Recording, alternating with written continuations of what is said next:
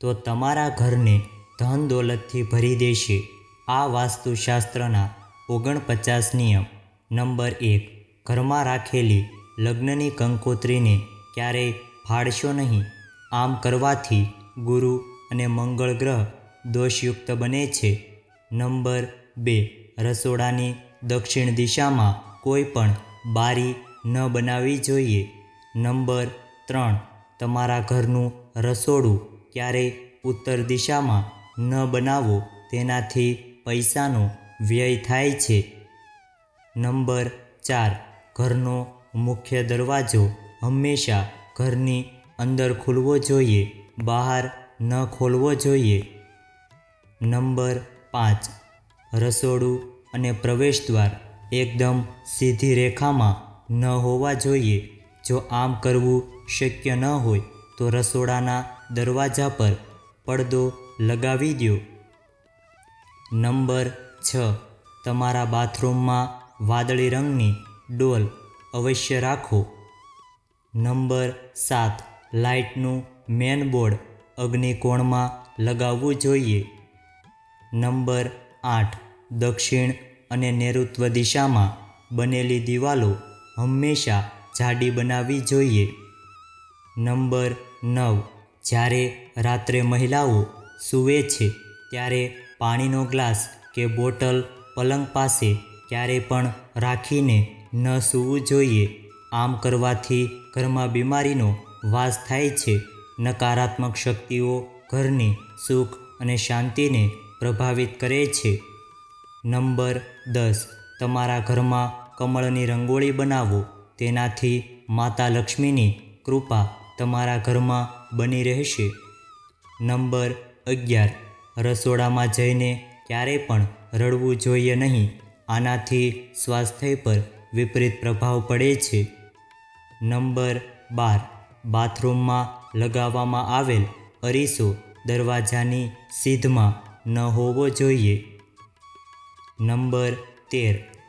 પૂર્વ દિશામાં લાગેલી ફર્શ અથવા તો ટાઇલ્સનો રંગ ઘાટો હોવો જોઈએ. નંબર 14. ઉત્તર દિશામાં ક્યારેય પણ દાદરા ન બનાવવા જોઈએ. નંબર 15. પૂર્વ દિશા તરફ દાદરાનો ઢાળ હોવો જોઈએ. નંબર 16. જો તમારા ઘરનો મુખ્ય દરવાજો અને પાછળના દરવાજાની વચ્ચે અન્ય કોઈ દરવાજો છે, એટલે કે જો 3 દરવાજા એક સીધી રેખામાં છે, તો આ ખામી તમને નુકસાન પહોંચાડી શકે છે. આ દોષથી બચવા માટે તમે ક્રિસ્ટલ વાળની મદદ લઈ શકો છો. નંબર 17. દાદરાની નીચે ક્યારેય પણ જૂનો સામાન રાખવા માટે સ્ટોર રૂમ ન બનાવો. નંબર 18. ઘરમાંથી પાણી કાઢવા માટે ઉત્તર પૂર્વ દિશા યોગ્ય માનવામાં આવે છે. નંબર 19. તમારે તમારા ઘરની ઉત્તર દિશામાં અરીસો જરૂર લગાવવો જોઈએ. તેનાથી ધન આવવાનો રસ્તો ખુલે છે. તમે પૂર્વ દિશામાં પણ અરીસો લગાવી શકો છો. નંબર 20. તમારા ઘરમાં જ્યાં પણ અરીસો હોય તેના પર ધૂળ જમા ન થાય તેનું ધ્યાન રાખો. નંબર 21. ઘરની અંદર પૂર્વ દિશામાં પીપળાનું ઝાડ ન લગાવવું જોઈએ. નંબર 22.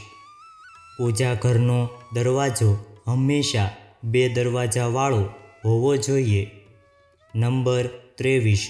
ઓફિસમાં તમારી મુખ્ય કેબિન હંમેશા નૈઋત્ય કોણમાં હોવી જોઈએ.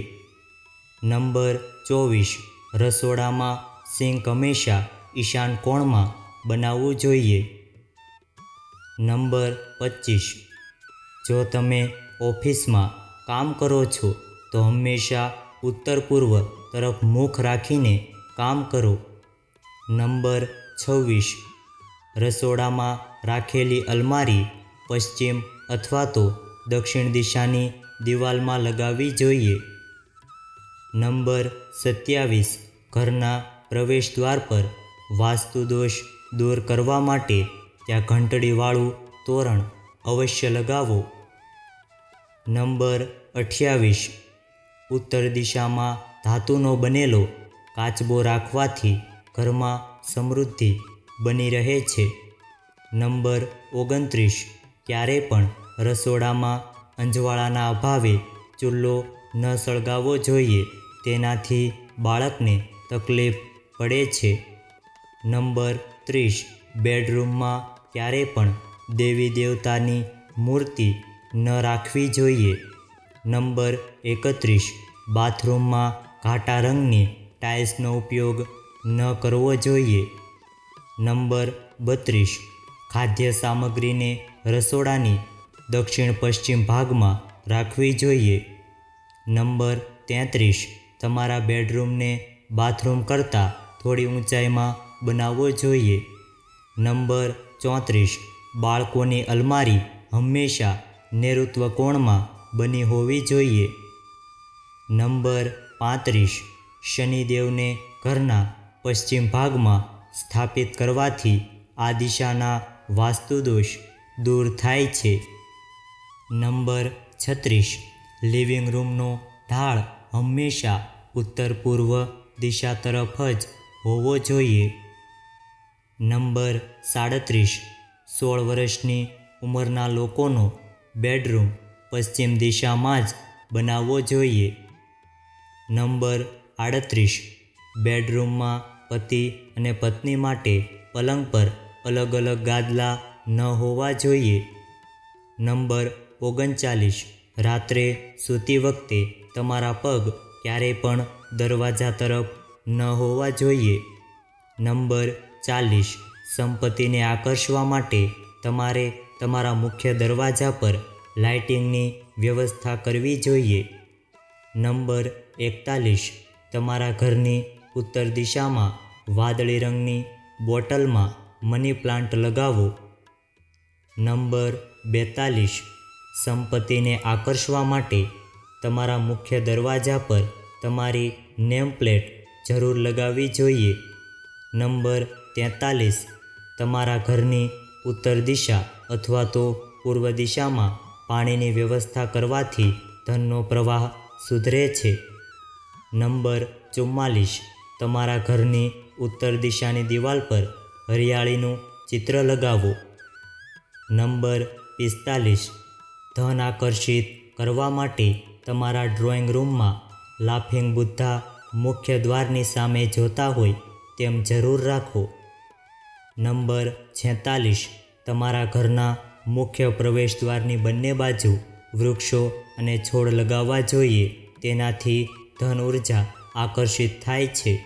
નંબર 47 સૂર્યાસ્ત પછી મહિલાઓએ વાળ ન ધોવા જોઈએ. માનવામાં આવે છે કે આવું કરવાથી જીવનમાં આર્થિક સમસ્યાઓ આવે છે.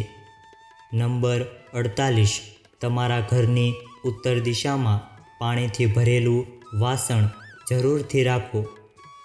નંબર 49 કુબેરજીની મૂર્તિ તમારા ઘરની ઉત્તર દિશામાં રાખો. જો આ વિડીયો તમને પસંદ આવ્યો હોય તો વિડીયોને લાઈક કરજો, ચેનલને પણ સબસ્ક્રાઈબ કરજો અને બાજુમાં આપેલા બેલ આઇકનને પ્રેસ કરીને ઓલ ઉપર સિલેક્ટ કરી લેજો, જેથી તમને વિડીયોની નોટિફિકેશન સૌથી પહેલાં મળતી રહે. અને કોમેન્ટ બોક્સમાં જય માતાજી જરૂરથી લખજો. વિડીયોને છેલ્લે સુધી જોવા બદલ આપનો ખૂબ ખૂબ આભાર.